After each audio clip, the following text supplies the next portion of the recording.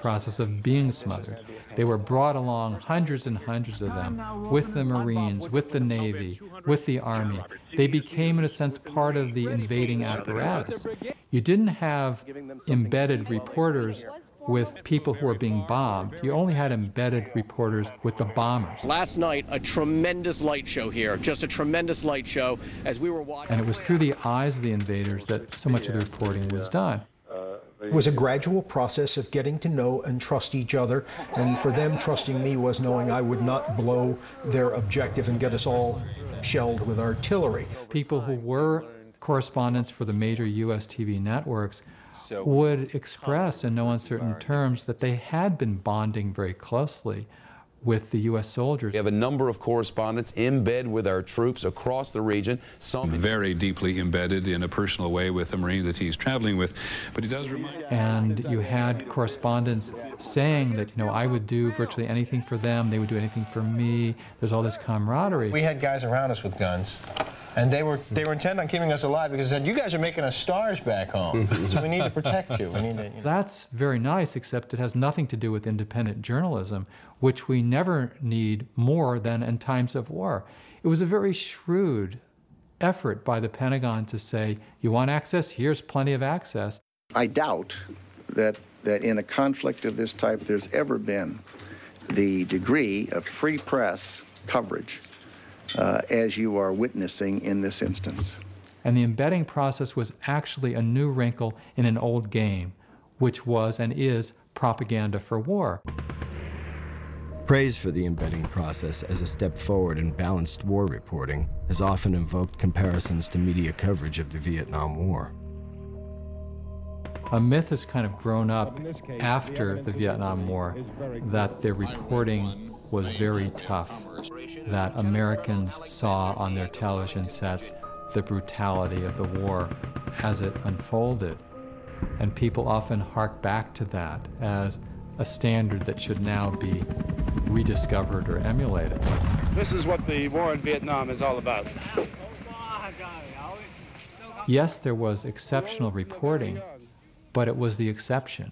And so you had the Zippo lighters being used by the GIs burning down the huts of a village that Morley Safer on CBS reported. Well, people mentioned that actually because it was unusual. And in point of fact, very little about the tremendous violence in that war was conveyed through the television set, especially when the U.S. government is responsible for the human suffering.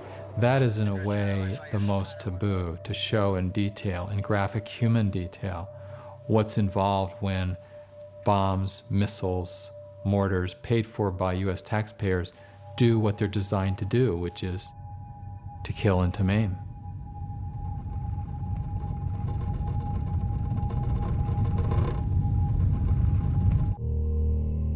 I know that this is a great concern. I think it's part of the Vietnam syndrome. The Vietnam syndrome that President Reagan mentioned was a reference to America's attempt to forget its most unpopular war. This will not be another Vietnam. Our troops will have the best possible support in the entire world, and they will not be asked to fight with one hand tied behind their back. Like President Reagan before him, President George H.W. Bush explicitly set out during the first Gulf War to rid the national psyche of the so-called Vietnam syndrome, the common belief after the bloody and protracted conflict in Vietnam that the American public no longer had the stomach for war unless guaranteed swift, easy, and decisive victory. Precision weapons and the strategic use of air power helped make the Gulf War an enormous operational victory for the Pentagon, helping it move past the legacy of Vietnam. Well, it's a proud day for America, and by God, we've kicked Vietnam syndrome once and for all. Thank you very, very much. The idea is that supposedly the public is not willing to back strong military action because people have become too skittish about U.S. casualties. In fact, if you look at the actual course of public opinion, there's been a real willingness to support wars, without exception, at the beginning. Public support for the Second World War never fell below 77%, according to opinion polls. But during the Vietnam War, public support fell to about 30%, and within a couple of years of the U.S. occupation of Iraq, public support was down to almost 30% among the U.S. population. So what's the difference? In one case, World War II, the U.S. public never felt that the war was fundamentally based on deception. But if it emerges that the war can't be won quickly, and that the war was based on deceptions, then people have turned against the war. So first, the public has to be sold on the need to attack. Then, after the war is underway, withdrawal needs to be put forward as an unacceptable option. Withdrawal of all American forces from Vietnam would be a disaster not... Let no one think for a moment that retreat from Vietnam would bring an end to conflict. If we're not leaving so long as I'm the president, that would be a huge mistake. Our allies would lose confidence in America. To yield to force in Vietnam would weaken that confidence. Any sign that says we're going to leave before the job is done simply emboldens terrorists. A retreat from the United States from Vietnam would be a communist victory, a victory of massive proportions, and would lead to World War III. If this little nation goes down the drain and can't maintain her independence, ask yourself what's going to happen to all the other little nations. It would not bring peace. It would bring more war. And many propaganda lines become stock in trade of those who started the war in the first place. The party of FDR and the party of Harry Truman has become the party of cut and run. The American people will not stand for surrender. Cowards cut and run. They're advocating a policy called cut and run. That party's old pattern of cutting and running. If we hightailed it and cut and run, we won't cut and run. Cut and run. Cut and run. We will not cut and run. Cut and run. Cut and run. Cut and run. How do you respond? We'll stay the course. We must stay the course. We stay the course. We will stay the course. And we're not going to cut and run if I'm in the Oval Office. All a president has to do is start a war, and these arguments kick in that you can't stop it. So it's a real incentive for a president to lie, to deceive, to manipulate sufficiently to get the war started. And then they've got a long way to go without any sort of substantive challenge that says, hey, this war has to end.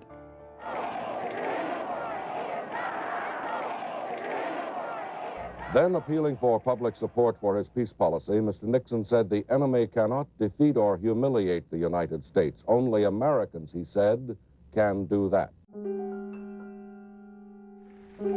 The peacemakers are out there on the field. The soldier and the statesman need and welcome the sincere and the responsible assistance of concerned Americans.